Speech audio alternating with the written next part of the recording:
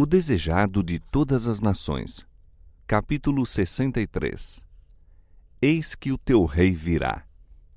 Este capítulo se baseia em Mateus capítulo 21, versos 1 a 11, Marcos capítulo 11, versos 1 a 10, Lucas capítulo 19, versos 29 a 44 e João capítulo 12, versos 12 a 19.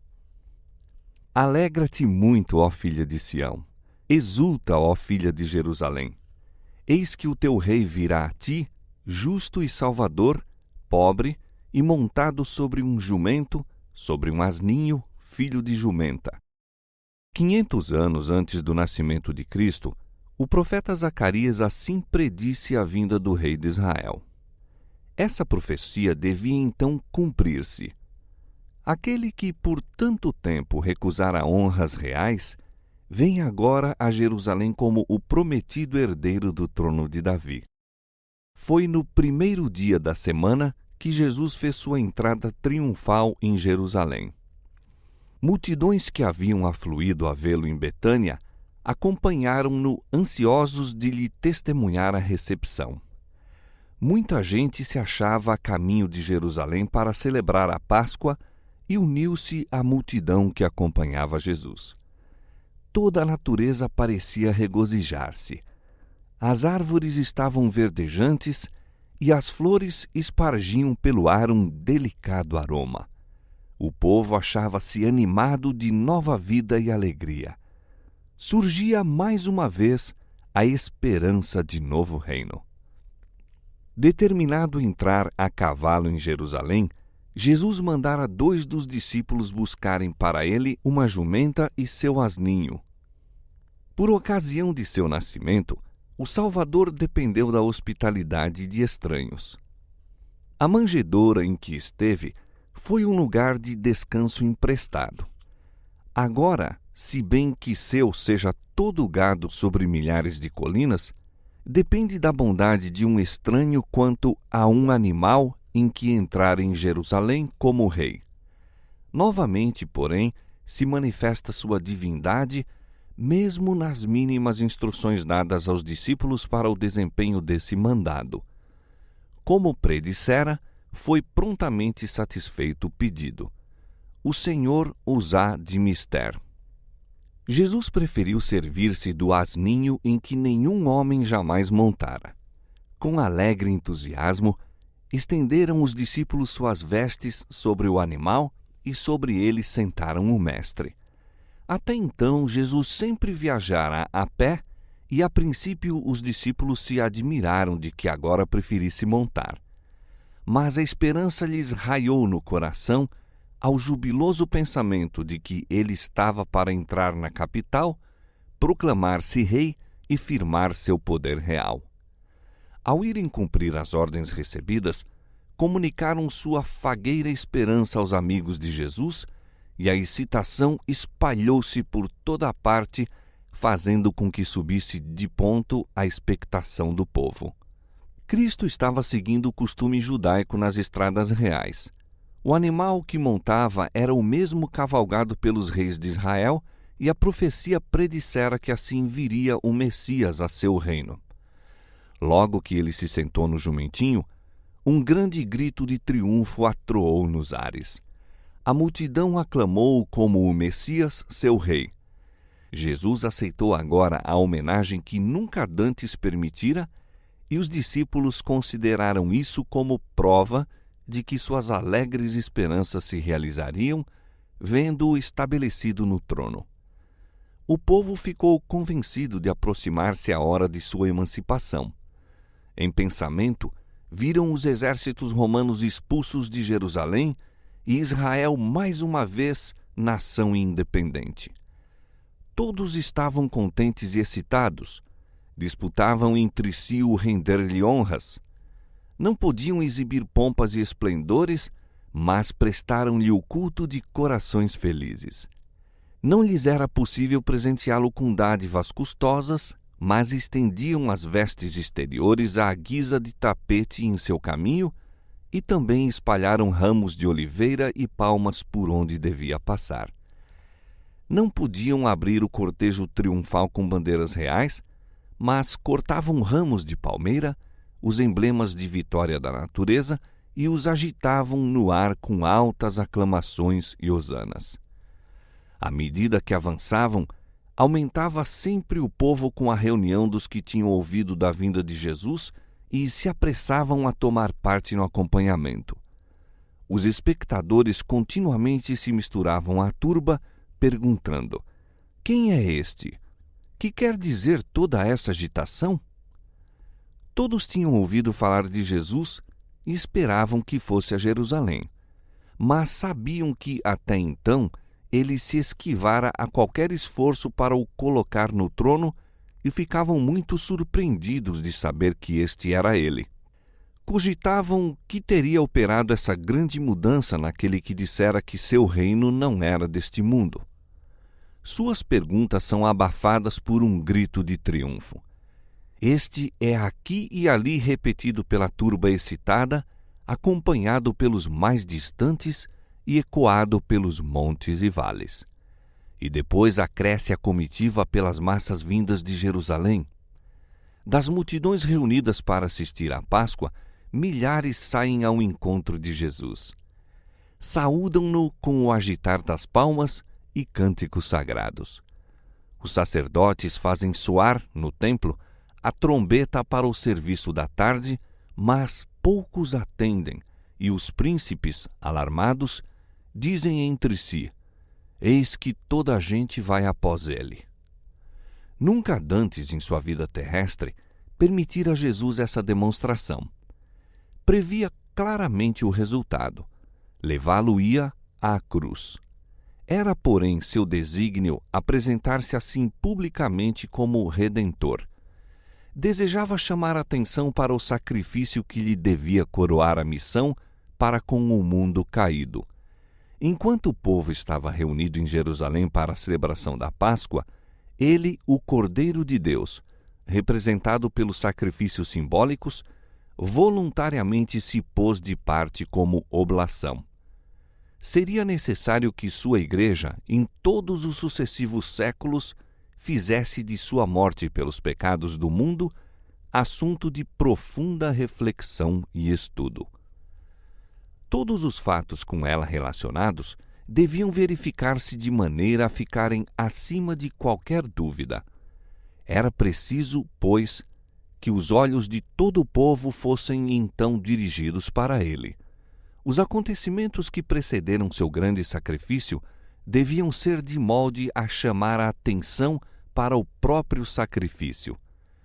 Depois de uma demonstração como a que acompanhou sua entrada em Jerusalém, todos os olhos lhe seguiram a rápida marcha para a cena final. Os acontecimentos relacionados com essa entrada triunfal constituíram assunto de todas as bocas e tornariam Jesus objeto das cogitações de todos os espíritos. Depois de sua crucifixão, muitos recordariam estes fatos relacionados com seu julgamento e morte. Seriam levados a investigar os escritos dos profetas e convencer-se-iam de que Jesus era o Messias, e multiplicar-se-iam em todas as terras os conversos à fé. Nessa triunfante cena de sua vida terrestre, o Salvador poderia haver aparecido escoltado por anjos celestiais e anunciado pela trombeta de Deus. Essa demonstração, no entanto, teria sido contrária ao desígnio de sua missão, contrária à lei que lhe governara a vida. Permaneceu fiel à sorte humilde que aceitara. Devia levar o fardo da humanidade até haver dado a vida pela vida do mundo. Esse dia, que se afigurava aos discípulos o mais glorioso de sua vida, ter-se-ia toldado de sombrias nuvens, soubessem eles que a cena de regozijo não era senão um prelúdio aos sofrimentos e à morte do Mestre. Embora ele lhes houvesse repetidas vezes falado do sacrifício que certamente o aguardava, no alegre triunfo presente esqueceram suas dolorosas palavras e anteciparam-lhe o próspero reino do trono de Davi. Novos acréscimos se iam fazendo continuamente à procissão e, com poucas exceções, todos quantos a ela se juntavam eram possuídos pelo entusiasmo do momento, avolumando os hosanas que ecoavam de monte em monte, de vale em vale. Subiam continuamente as aclamações: Hosana ao filho de Davi! Bendito o que vem em nome do Senhor!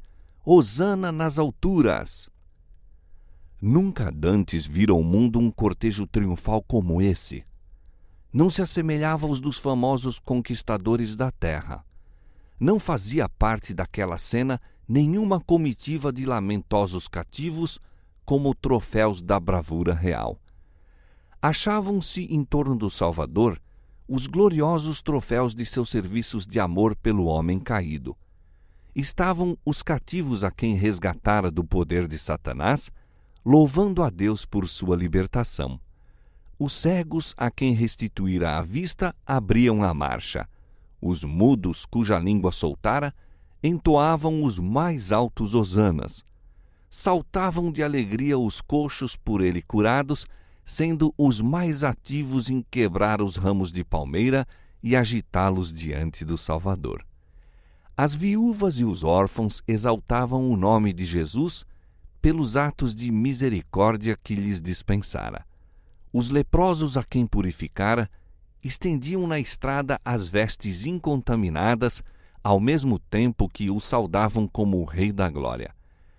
Aqueles a quem sua voz despertara do sono da morte tomavam parte no cortejo. Lázaro, cujo corpo provara a corrupção do sepulcro, mas que então se regozijava na força da varonilidade gloriosa, conduzia o animal que Jesus montava. Muitos fariseus testemunhavam a cena e, ardendo de inveja e malignidade, buscavam desviar a corrente dos sentimentos populares. Com toda a sua autoridade, tentaram impor silêncio ao povo, mas seus apelos e ameaças não faziam senão aumentar o entusiasmo. Temeram que essa multidão, na força de seu número, fizesse Jesus rei. Como último recurso, avançaram por entre a turba até onde estava o Salvador e abordaram-no com palavras de censura e ameaça. Mestre, repreende os teus discípulos. Declararam não serem lícitas tão ruidosas manifestações nem permitidas pelas autoridades.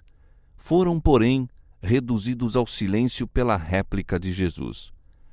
Digo-vos que, se estes se calarem, as próprias pedras clamarão. Aquela cena de triunfo era designada pelo próprio Deus. Fora predita pelo profeta e o homem era impotente para impedir os seus desígnios. Houvesse o homem deixado de executar seu plano, e ele teria comunicado voz às inanimadas pedras que saudariam seu filho com aclamações de louvor.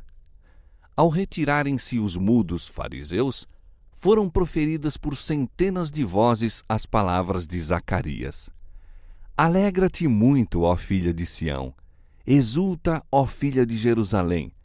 Eis que o teu rei virá a ti, justo e salvador, pobre e montado sobre um jumento, sobre um asninho, filho de jumenta.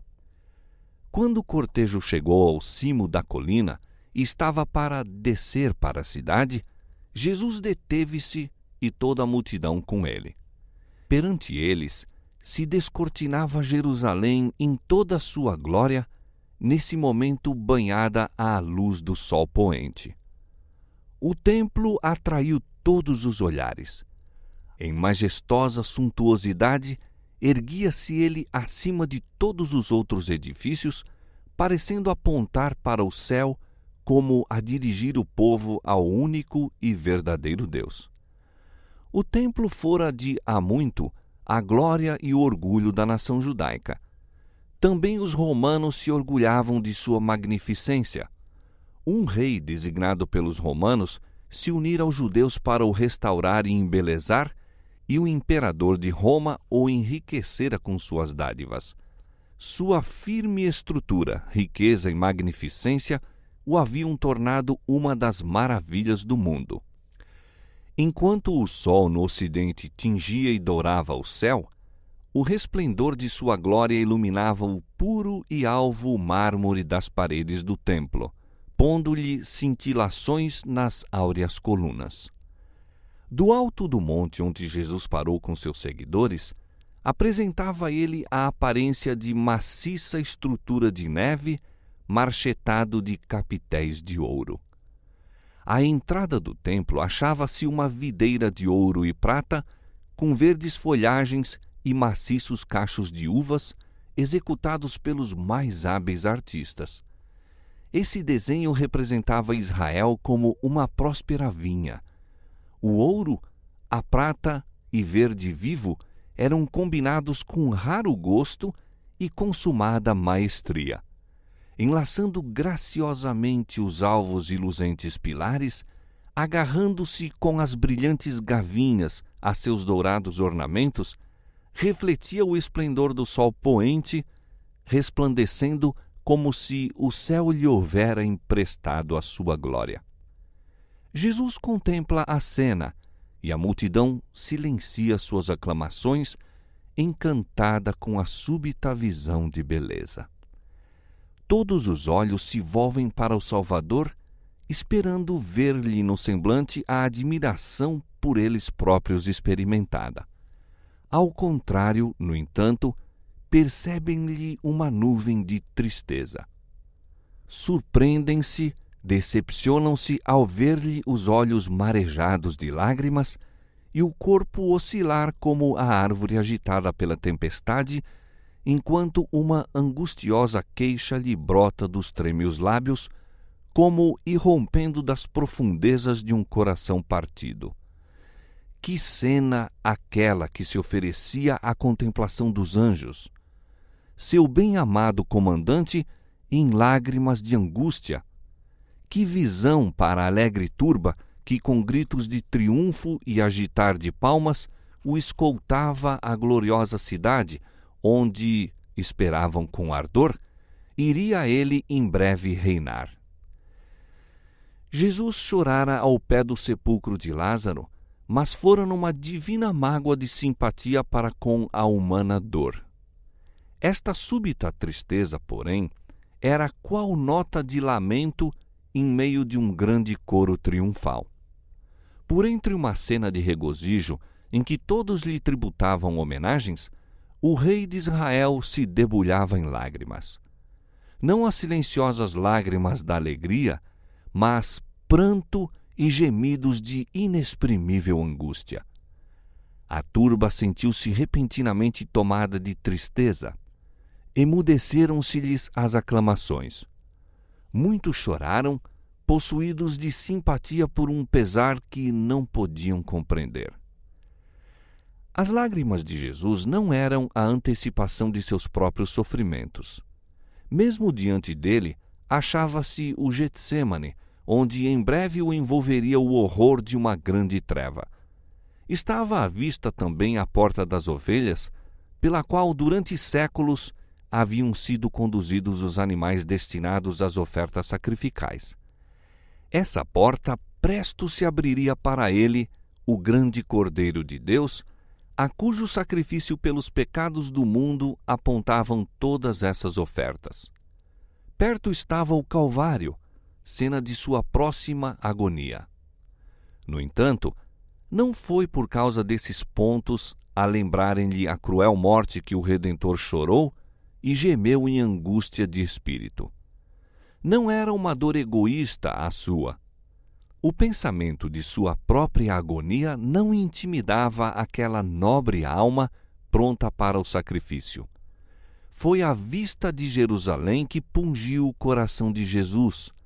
Jerusalém que rejeitara o Filho de Deus e lhe desdenhara o amor, que recusara ser convencida por seus poderosos milagres e estava prestes a tirar-lhe a vida. Viu o que ela era em sua culpa de rejeitar o Redentor e o que poderia ter sido caso o houvesse aceitado a ele, o único a poder lhe curar a ferida. Viera para salvá-la, como poderia a ela renunciar? Israel fora um povo favorecido. Deus fizera de seu templo a sua habitação. Era formoso de sítio e alegria de toda a terra.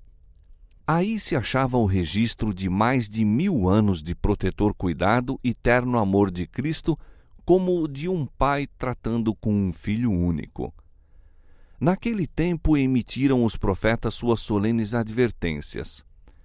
Ali foram agitados os ardentes incensários, enquanto o incenso, de mistura com as orações dos adoradores, ascendera para Deus. Ali fluíra o sangue dos animais, tipo do sangue de Cristo. Ali manifestara Jeová sua glória sobre o propiciatório. Ali oficiaram os sacerdotes e a pompa do símbolo e da cerimônia havia continuado por séculos. Tudo isso, porém, devia ter um fim. Jesus ergueu a mão, aquela mão que tantas vezes beneficiara os enfermos e sofredores, e, movendo-a na direção da condenada cidade, em entrecortadas frases de dor, exclamou: Ah, se tu soubesses também, ao menos neste teu dia, o que à tua paz pertence. Aí se deteve o Salvador e deixou por dizer qual seria a condição de Jerusalém, houvesse ela aceito o auxílio que Deus lhe desejava dar, o dom de seu bem-amado Filho.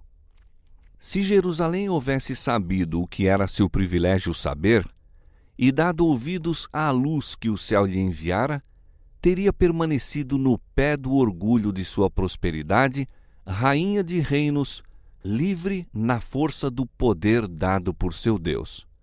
Não teria havido soldados armados às suas portas, nem bandeiras romanas tremulando de seus muros. O glorioso destino que felicitaria Jerusalém, houvesse ela aceito o Redentor, surgiu aos olhos do Filho de Deus. Viu que por meio dele seria ela curada de sua grave enfermidade, libertada da escravidão e estabelecida como a poderosa metrópole da terra. De suas muralhas partiria a pomba da paz em direção de todas as nações. Seria ela o diadema de glória do mundo. Mas a brilhante visão do que poderia haver sido Jerusalém se desvanece aos olhos do Salvador. Compreende o que ela é então, sob o jugo romano, sob o desagrado de Deus, condenada ao seu juízo retribuidor. Reata o fio de sua lamentação. Mas agora isto está encoberto aos teus olhos, porque dias virão sobre ti, em que os teus inimigos te cercarão de trincheiras e te sitiarão, e te estreitarão de todas as bandas, e te derribarão a ti e aos teus filhos que dentro de ti estiverem. E não deixarão em ti pedra sobre pedra, pois que não conheceste o tempo da tua visitação. Cristo veio para salvar Jerusalém com seus filhos, mas o orgulho farisaico, a hipocrisia, a inveja e a maldade o impediram de realizar seu desígnio. Jesus sabia a terrível retribuição com que seria visitada a condenada cidade. Viu Jerusalém cercada de exércitos, os sitiados habitantes levados à fome e à morte, mães alimentando-se do corpo morto dos próprios filhos, e tanto pais como filhos arrebatando um ao outro o último pedaço de pão, destruída a afeição natural pelas corrosivas angústias da fome. Viu que a obstinação dos judeus, segundo se evidenciava no rejeitar da salvação por ele oferecida, os levaria também a recusar submissão aos exércitos invasores. Contemplou o Calvário, no qual havia de ser erguido, tão densamente coalhado de cruzes como de árvores uma floresta. Viu os infelizes habitantes sofrendo em instrumentos de tortura e mediante crucifixão, destruídos os belos palácios, o templo em ruínas e de seus maciços muros, nem uma pedra deixada sobre outra, enquanto a cidade era arada como um campo. Bem podia o Salvador chorar em face de tão terrível cena. Jerusalém fora a filha de seus cuidados, e como um terno pai pranteia um filho extraviado, assim chorava Jesus sobre a bem-amada cidade. Como posso renunciar a ti? Como te posso ver votada à destruição? Deverei deixar-te encher o cálice de tua iniquidade? Uma alma é de tanto valor que, em comparação com ela, os mundos desmerecem até a insignificância. Mas ali estava toda uma nação para se perder. Quando o sol em declínio rápido se ocultasse no céu ocidental, terminaria o dia de graça de Jerusalém. Quando a comitiva se detinha no cimo do Olivete, não era ainda demasiado tarde para Jerusalém se arrepender. O anjo da misericórdia dobrava então as asas para descer do áureo trono, a fim de dar lugar à justiça e ao juízo prestes a vir. Mas o grande coração amorável de Cristo intercedia ainda por Jerusalém, que lhe escarnecera as misericórdias, desprezando as advertências, e estava a ponto de mergulhar as mãos em seu sangue. Se tão somente Jerusalém se arrependesse, não seria ainda demasiado tarde.